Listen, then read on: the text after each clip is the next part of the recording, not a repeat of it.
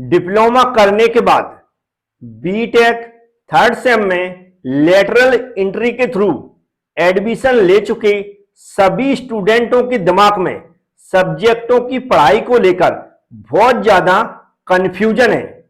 और आज हम लोग इस वीडियो के माध्यम से जो आपके दिमाग में सब्जेक्टों को लेकर कंफ्यूजन है या सब्जेक्टों की पढ़ाई को लेकर जो कंफ्यूजन है उसको दूर करने की कोशिश करेंगे। तो सबसे पहले तो सभी को नमस्कार, एबी क्लासेस में आपका स्वागत है।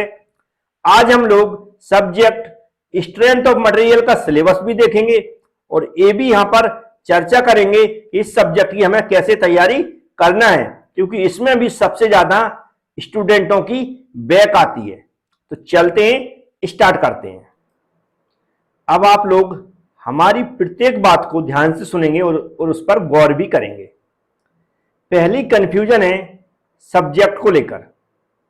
सभी स्टूडेंटों को जब सब्जेक्ट के नाम पता चलता है तो पहला दिमाग में ये आता है कि ये सब्जेक्ट तो हम कहां डिप्लोमा के अंदर पढ़ के आए हैं, तो फिर जो डिप्लोमा में हमने सब्जेक्ट पढ़ा हुआ है उसको बीटेक में भी पढ़ रहे हैं, तो दोनों में अंतर क्या है? पहली कंफ्यूजन। दूसरी कंफ्यूजन ये रहती है कि जो हमने डिप्लोमा पढ़ा है क्या बीटेक में उसको हमें बहुत ज्यादा हाई लेवल से पढ़ना है? ये हाई लेवल है ना, ये दिमाग में परेशान कर देता है और बच्चों का जो कॉन्फिडेंस है स्टूडेंटों का पढ़ने का वो गिर जाता है। तो सबसे पहले हमें ध्यान देना है कि सब्जेक्टों को लेकर, अगर मैंने सब्जेक्ट की बात करें स्ट्रेंथ ऑफ मटेरियल की, डिप्लोमा में हम पढ़ के आए हैं तो बीटेक में भी पढ़ेंगे, टॉपिक भी सेम होंगे, आप बिल्कुल परेशान ना हो, टॉपिक भी सेम होंगे। अगर स्ट्रेंथ ऑफ मटेरियल का मतलब जो डिप्लोमा में होगा वही बीटेक में भी होगा, लेकिन ऐसा नहीं हो सकता कि बीटेक में आके स्ट्रेंथ ऑफ मटेरियल का मतलब बदल जाए। तो पहली कंफ्यूजन दूर कर लें, सब्जेक्ट में कोई अंतर नहीं। अंतर होता है सिलेबस में। पहला किसमें अंतर होता है? सिलेबस में। सिलेबस का मतलब है जो हमने डिप्लोमा में सिलेबस पढ़ा सेम सिलेबस होगा, लेकिन कुछ टॉपिक बढ़ा दिए जाते हैं। टॉपिक क्या करते हैं? जो बीटेक में है उसमें डिटेल्स ज्यादा देते हैं, टॉपिक बढ़ा देते हैं, क्योंकि डिप्लोमा के अंदर हम लोग जो सब्जेक्ट पढ़ते हैं उसमें शॉर्ट में सिलेबस रहता है।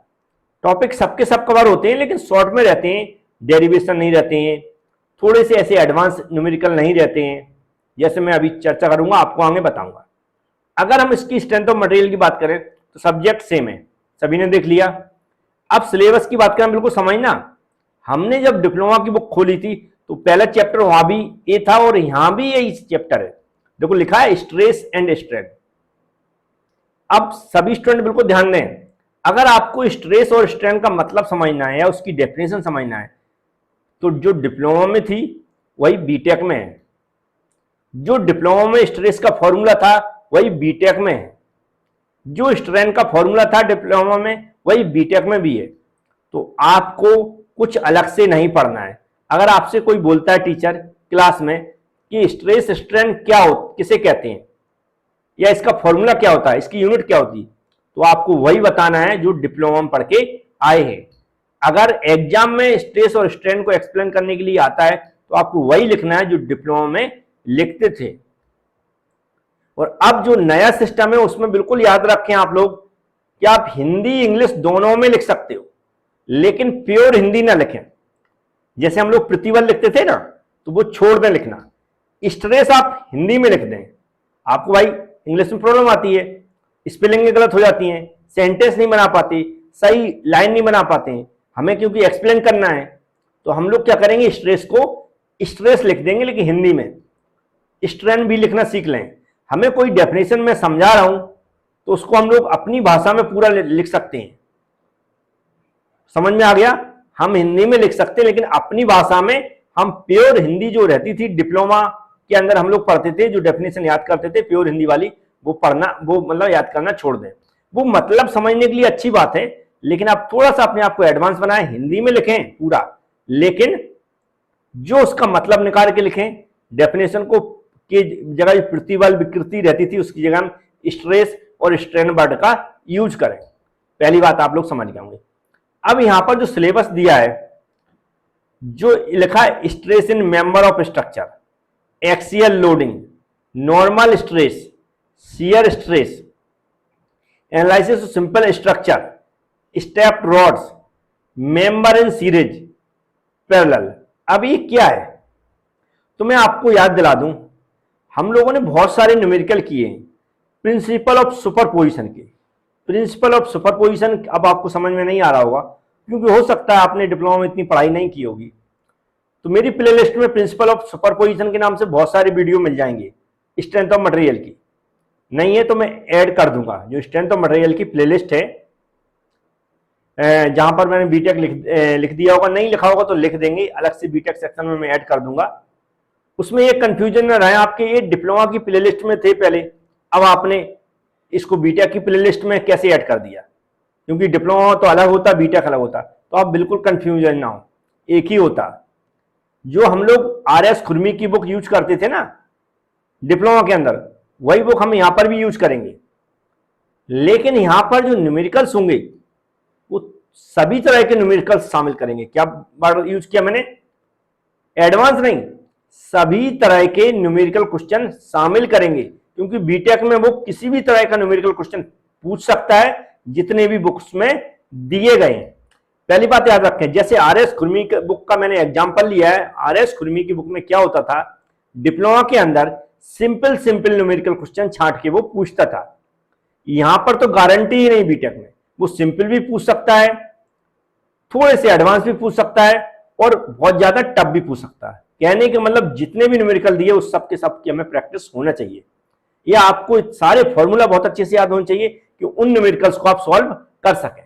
तो न्यूमेरिकल के प्रति आप बिल्कुल समझ गए होंगे, बुक्स वही है, राइटर भी वही है, टॉपिक भी वही है, फॉर्मूले भी वही है, यूनिट भी वही है, लेकिन बीटेक में गारंटी नहीं है कि वो सिंपल ही पूछेगा। वो अपनी मर्जी से जो बुक के अंदर जो प्रैक्टिस करने के लिए क्वेश्चन दिए गए उनमें से कोई भी पूछ सकता है। खासकर पीछे जो एक्सरसाइज दी रहती ना, अनसॉल्व क्वेश्चन जिन्हें जो सॉल्व नहीं होते, पीछे क्वेश्चन में एक्सरसाइज लिखी रहती है, उनमें से भी पूछ देता। तो पहली बात आप लोग याद रखें। अब अगर वो थ्योरी स्ट्रेन डायग्राम है, अब स्ट्रेन डायग्राम है, हमने डक्टाइल मटेरियल के लिए पढ़ा है, ब्रिटल मटेरियल के लिए पढ़ा है, यहां भी वही पूछेगा, वही डायग्राम बनाना, वैसे ही एक्सप्लेन करना। सिर्फ यदि आपने पढ़ा है अच्छे से डिप्लोमा के अंदर, तो सिर्फ यहां पर रिवीजन करके आपको लिखना है, कोई अलग से पढ़ाई नहीं करना है, सेम का सेम रहेगा। तो कंफ्यूज ना हो, बहुत सारे स्टूडेंट हैं इसी में कंफ्यूज हैं। हुक्स लॉ सेम का सेम रहेगा, वही डेफिनेशन, वही सब कुछ, वही फॉर्मूला, वही सब कुछ। Stress due to temperature stress भी सेम रहेगा, पॉइजन रेशो भी सेम रहेगा। ये अलग से पढ़ाई नहीं करना है, डिप्लोमा के अंदर जो पढ़ा हुआ है उसका रिवीजन करना है। ये सारे जो मैं आगे लगाता जा रहा हूँ, इलास्टिक कांस्टेंट में रिलेशन, सब के सब। लेकिन जो कंपोजिट मटेरियल है, डिप्लोमा में नहीं पढ़ा होगा, तो कंपोजिट मटेरियल पे यदि क्वेश्चन पूछा जाता है तो मैं इसको करा दूंगा, मतलब करा के ऐड कर दूंगा आपकी प्लेलिस्ट में। तो आपसे आप परेशान ना हो, ये समझिए जो स्ट्रेंथ ऑफ मटेरियल की प्लेलिस्ट मैंने बनाई है, उसमें मैं पूरी कोशिश करूंगा सभी तरह के न्यूमेरिकल क्वेश्चन डाल दूं, सभी तरह की थ्योरी डाल दूं। लेकिन ये कंफ्यूजन ना रहे कि जो सरल न्यूमेरिकल था, जो इजी न्यूमेरिकल था, वो बीटेक में नहीं पूछा जाएगा। भाई पूछा जाता है, पुराने पेपर देखो आप, नए सिलेबस आ गया, नए तरीके से पढ़ाई हो रही है, वो सरल भी पूछ सकता है और टफ भी पूछ सकता है और नॉर्मल भी पूछ सकता है। तो इसमें आप ये ना सोचेंगे डिप्लोमा में इजी, सेम का सेम। मैंने थर्मोडायनेमिक्स है, मैं प्रूफ दिखाऊंगा अभी अगली बार जब थर्मोडायनेमिक्स की चर्चा करेंगे। तो थर्मोडायनेमिक्स में सेम न्यूमेरिकल क्वेश्चन डिप्लोमा के अंदर पूछा गया था, और अब बीटेक में भी सेम का सेम पूछा गया था। मैं प्रूफ दिखाऊंगा कभी आपको।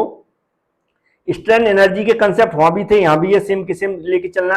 इंपैक्ट लोडिंग हो गई, यहाँ पर जो ग्रेजुअली लोडिंग हो गई, डिफरेंट टाइप्स की लोडिंग, वो भी सेम है। यहाँ पर प्रिंसिपल स्ट्रेस हो सकता है अच्छे से नहीं पढ़े, लेकिन यहाँ पर पढ़ना पड़ेगा, क्योंकि मोहर सर्किल पे हर बार न्यूमेरिकल क्वेश्चन पूछा आता है। अब मोहर सर्किल के न्यूमेरिकल हम पहले भी करवा चुके हैं, तो ऑलरेडी अब नए तरीके से करवाने की जरूरत ही नहीं है। आप तो उसके कंसेप्ट समझ लें, कैसे क्वेश्चन सॉल्व करते हैं उसको समझ लें, तो मिल जाएगा प्ले लिस्ट में ऑलरेडी। तो आप इसमें परेशान ना हो, ठीक है। मोहर सर्किल के न्यूमेरिकल क्वेश्चन जरूर करें। नॉर्मल स्ट्रेस के जो भी न्यूमेरिकल क्वेश्चन कम से कम जितने मैंने करवा दिए हैं, जो पहले से प्ले लिस्ट में ऐड है, उन्हीं को आप सॉल्व कर लें, उससे आपसे बन जाएगा। पहली यूनिट की चर्चा मैंने थोड़ी सी खत्म कर ली है। अब बेंडिंग है। बेंडिंग स्ट्रेस को हमने इतने अच्छे से नहीं पढ़ा। पहले तो लिखा pure bending, symmetrical member, deformation, stress, bending of composite section, centric axial loading, shear force and bending moment. अब लोग shear force and bending moment diagram है, इसको आपने देखा है।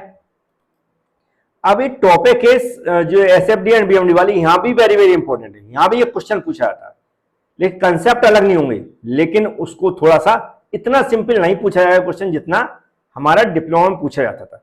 यहां पर 2 लोड भी हो सकते, 3 लोड भी हो सकते, 4 लोड भी हो सकते। यहां पर मूवमेंट डायरेक्ट लगा दिया जाता है, जैसे हम लोग क्या करते थे, वहां पर मूवमेंट निकालते थे, तो यहां पर बीम पर कई बार डायरेक्ट मूवमेंट लगा हुआ आ जाता है, तो उसको हमें कंसीडर करना पड़ेगा, उसको कैलकुलेट नहीं करना पड़ेगा, वो मैं बताऊंगा जब भी उस पर क्वेश्चन बनाएंगे। और ये भी नहीं कह सकते कि सिंपल नहीं आ सकता, सिंपल भी आ सकता है, लेकिन एक कंफ्यूजन दूर कर ले कि सिंपल न्यूमेरिकल क्वेश्चन नहीं आएंगे। हमें सभी टाइप के सिंपल से लेकर मॉडरेट हाई लेवल तक धीमे धीमे बढ़ना है।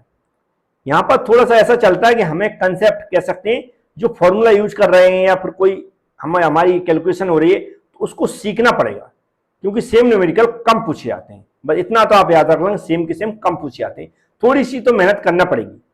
फिर लिखा रिलेशनशिप एमंग लोड हो गया, है ना, शियर फोर्स से स्ट्रेस इन बीम हो गया, स्ट्रेन एनर्जी इन बेंडिंग हो गया, डिफ्लेक्शन ऑफ बीम। अब डिफ्लेक्शन ऑफ बीम है, ये सिंपल कंडीशन पे पूछे जाते हैं, सेम रहेंगे जैसे डिप्लोमा में आप लोगों ने नहीं पढ़ा होगा। मैं जी हमारी कुछ मेथड्स हैं, इसकी डेरिवेशन भी आते हैं। Area movement method of beam से इसके भी डेरिवेशन आ जाते हैं, और जो हमारी बेंडिंग इक्वेशन है इसका भी डेरिवेशन आ जाता है। 3 टाइप्स के डेरिवेशन भी पूछे जाते हैं, तो ये तीनों मैं करा दूंगा, इसकी भी आप बिल्कुल टेंशन न लें। जिस भी चैप्टर में जो डेरिवेशन पूछे जाते हैं वो मैं कराऊंगा, इसकी मेरी गारंटी है, तो आप इसकी भी टेंशन। अब टोर्सन इन शाफ्ट, इसके भी कंसेप्ट, इसके तो बिल्कुल सेम के सेम कंसेप्ट है, इसमें कुछ भी अलग नहीं होने वाला। जो डिप्लोमा के अंदर हम लोगों ने शाफ्ट के न्यूमेरिकल क्वेश्चन किए हैं वो सेम के सेम आप कर लेंगे तो भी आपका काम चल जाएगा। ठीक है, समझ गए होंगे। शाफ्ट के जितने भी न्यूमेरिकल क्वेश्चन मैंने कराए हैं, चाहे डिप्लोमा में हो, डिप्लोमा के सारे आप रिपीट कर लें, सभी की सभी बन जाएंगे। थ्योरीज ऑफ फेलर, ये हमारा डिप्लोमा में नहीं था, तो एक नया चैप्टर हो गया है। 2000 खासकर 19 के बैच के स्टूडेंट हैं, उन्होंने ये जो चैप्टर है हमारा थ्योरीज ऑफ फेलुअर्स, इसकी स्टडी नहीं की है, लेकिन बहुत सिंपल है, जो डिफरेंट टाइप्स की, लेकिन आपने स्टडी की। मैं यदि आपको याद दिलाऊं, थ्योरीज ऑफ फेलुअर्स इसकी आपने स्टडी की कहां पर, डिजाइन ऑफ मशीन एलिमेंट के अंदर। कहां पर, डिजाइन ऑफ मशीन एलिमेंट के अंदर इस टॉपिक की आप पूरी तरह स्टडी कर चुके हैं। हो सकता है न्यूमेरिकल क्वेश्चन नहीं किए, लेकिन थ्योरी में याद दिला दूं, डिजाइन ऑफ मशीन एलिमेंट के अंदर 6 सेम में आपने इस चैप्टर की पूरी स्टडी कर ली है। लेकिन फिर भी यहां पर रिवीजन करवा दूंगा मैं, लेकिन मैं आप लोग स्टडी कर चुके हैं तो समझ में जल्दी आ जाएगा। फिर कॉलम्स एंड स्ट्रट्स, ये 2019 के बैच के स्टूडेंट है, उनने हो सकता है ना पढ़ाई की हो, कॉलम्स एंड स्ट्रट्स की हो सकता आपने पढ़ाई ना की हो। तो इस चैप्टर, ये सबसे इजी चैप्टर है। आप चाहें तो स्ट्रेंथ ऑफ मटेरियल की स्टडी करें तो इसको पहले खत्म कर सकते हैं, और इसके बारे में जो भी क्वेश्चन बनते हैं, इसमें डेरिवेशन भी पूछे जाते हैं, इसके न्यूमेरिकल क्वेश्चन भी पूछे जाते हैं, इसमें थ्योरी भी पूछी जाती है। और यदि आप प्लेलिस्ट की बात करें तो मैंने इस चैप्टर को, या फिर आप हमारी एबी क्लास एप्लीकेशन है उसके थ्रू स्टडी करेंगे तो उसमें सारे न्यूमेरिकल क्वेश्चन मिल जाएंगे, सारी डेरिवेशन मिल जाएंगे, सारी थ्योरी मिल जाएगी। एबी क्लास एप्लीकेशन की कोई ज्यादा फीस नहीं है। यदि मैं आप लोगों से चर्चा करूं तो बहुत सारे स्टूडेंट डरते रहते हैं, और जबकि डिप्लोमा में आप लोग हमसे स्टडी कर चुके हैं। हमने सिर्फ आपके जो 5 सब्जेक्ट हैं उसकी फीस 1000 रुपए रखी है, मतलब 1000 रुपए में आप 5 subject with mathematics, strength of material, thermodynamics, ऐसे सब्जेक्ट जब आप मार्केट में जाएंगे कहीं पढ़ने तो आपको पता चल जाएगा कि 1000 में 5 सब्जेक्ट हम पढ़ रहे हैं, इसकी फीस लगभग 5 से 6000 होना चाहिए थी। जब आप मार्केट में घूमेंगे, नहीं तो फेल होंगे, बहुत सारे स्टूडेंट फेल हो रहे हैं। तो इसलिए मैं कहता हूं कि आपको वैसे टेंशन नहीं लेना। यदि आप यूट्यूब से पढ़ते तो ऑलरेडी हमने उसमें बहुत सारे दे रखे, लेकिन क्या होता है यूट्यूब पे हम सभी सेमेस्टर को पढ़ाते हैं, उतने वीडियो अपलोड नहीं कर पाते हैं, सभी सेमेस्टर से मिलकर चलना। तो इसलिए हम कोशिश करते हैं, एप्लीकेशन बनवा ली है, उसमें हम सेपरेट कुछ कोर्स, क्योंकि एप्लीकेशन की फीस लगती है तो मैं आपसे ही निकालता हूँ, इसलिए फीस भी बहुत कम रखी है। अगर हम और लोगों की तुलना करें तो 1000 में अगर आपको 5 सब्जेक्ट पढ़ने को मिल रहे हैं, उसमें भी आपको एक बहुत बड़ा बेनिफिट है। वीडियो लेक्चर तो मिलेंगे ही, वो तो यूट्यूब पर भी मिल जाएंगे, लेकिन वहां पर हिंदी और इंग्लिश में नोट्स मिल जाएंगे। जो आपकी कमजोरी है, इंग्लिश में नहीं समझ में आता, हकीकत में नहीं आता, तो हिंदी में यहाँ पर कम से कम मतलब तो समझ पाएंगे प्रत्येक टॉपिक का बहुत अच्छे से, कि हम क्या पढ़ रहे हैं, याद करने में आसानी होगी, अपनी भाषा में लिख पाएंगे। तो बहुत सारे फायदे हैं वहां पर एबी क्लास एप्लीकेशन के, तो उसमें जरूर देखें और चैनल को सब्सक्राइब पहले ही से कर लें, बेल आइकन पर क्लिक कर लें, है ना, और वीडियो को लाइक वगैरह कर दिया करें, क्योंकि आप लोग जॉब करेंगे, बहुत सारे स्टूडेंट और शाम को पढ़ाई करते हैं, तो आपको वीडियो टाइम से मिलते रहेंगे, सभी टाइप का मटेरियल मिलता रहेगा, आप लोग टाइम से पढ़ाई करेंगे। और थर्ड सेम से जिस तरह डिप्लोमा में हमसे जुड़े रहे हैं, बीटेक में भी जुड़े, थर्ड सेम से लेकर 8 सेम तक हम लोगों का साथ रहेगा। और उम्मीद है यदि आपने थोड़ा थोड़ा समय दिया तो डिप्लोमा की तरह बीटेक भी मैं कंप्लीट करवा दूंगा बड़े आसानी से, विदाउट स्ट्रेस। सब्जेक्टों को लेकर बिल्कुल कंफ्यूजन न रहे। अगर कोई टॉपिक आपने डिप्लोमा में पढ़ा है तो बीटेक में सिर्फ आके रिवीजन करना है, ना कि उसको दोबारा से पढ़ना है। उम्मीद है आप समझ गए होंगे। Thank you friends.